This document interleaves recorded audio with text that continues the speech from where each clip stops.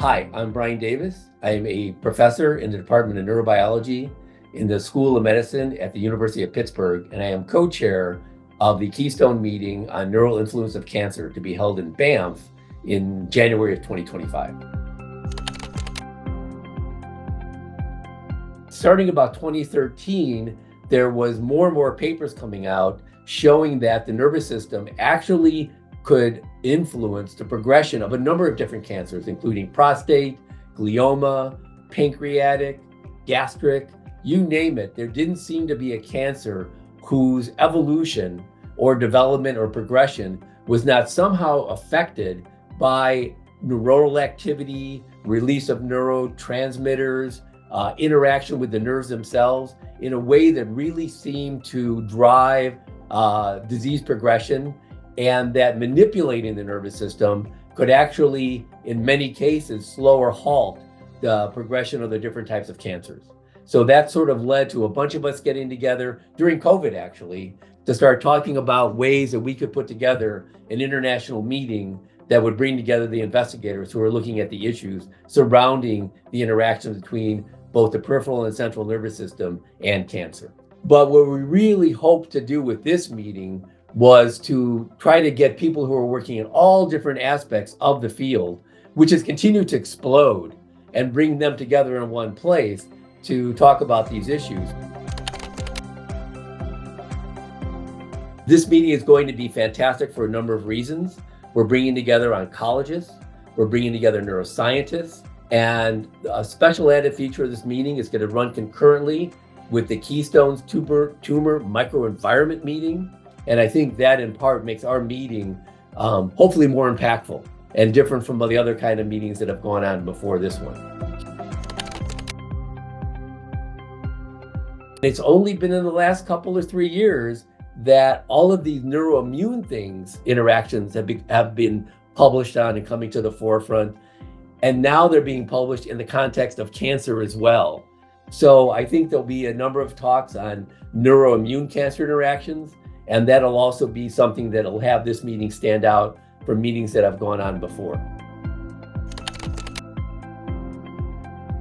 I'm really excited to hear what people are going to be talking about in terms of the neuroimmune side of it, because that actually is giving us not only a mechanism, potential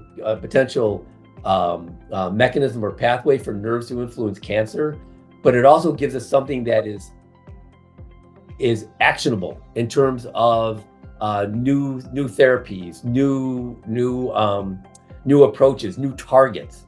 Because if we can understand how the immune system is actually modulating or interacting with the neurons in such a way to make a pro-tumor environment, we can then start thinking about therapies that'll block that or change that.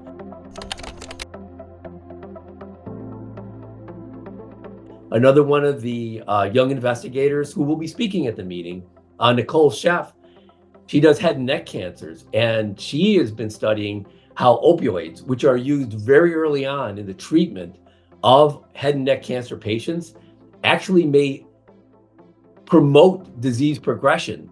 And so this could be really important to clinicians to understand. So all these kinds of things, making oncologists think about the neuroscience, making the neuroscience thinking about the cancer. You know, there's a lot of people out there who work in these two disparate fields. If they begin to become aware of each other through this kind of meeting, through the fact that we're working together, or this meeting in particular is in a meeting with the tumor microenvironment people, you know, they might go, wow, we got to start considering nerves. The neuroscience people who go over the TME meeting and see all these things that happen in the tumor microenvironment that could be due to interactions with the nerves, might see new areas they should be studying. Who knows what could come out of this? You know, I think this is the real excitement of a Keystone meeting. This is the excitement of putting these different types of scientists together in the same room. And by the same token, you know, all the cancer immunologist guys who show up and talk about all of the receptors and molecules released by the immune system, it's becoming clear that those molecules also affect the nervous system and can be the basis for crosstalk. So, you know, it's pretty funny how you get the right people in the room and a bunch of light bulbs can go off. Obviously, the whole point of these kinds of meetings is it's taking people away from their regular scheduled program. What I'm really hoping is that this environment will really encourage people to interact one-on-one, to spend the time to go out and meet each other and talk to each other. And frankly, for me, the best part of these meetings are not the talks. It's the dinners, it's the lunches, it's the standing around at the posters. It's those one-on-one interactions that can give you suggestions or ideas or let you talk about what you're doing in a way that might help direct, maybe your next postdoc, maybe where you might want to apply for a job, what the specific aims are going to look like for your first grant. This is something that could happen at a meeting like Keystone that's not going to happen at a larger meeting, a bigger meeting where there's hundreds or thousands of people. And, hopefully this environment will also encourage people to talk about unpublished data. I plan on talking about stuff that is hot off the press.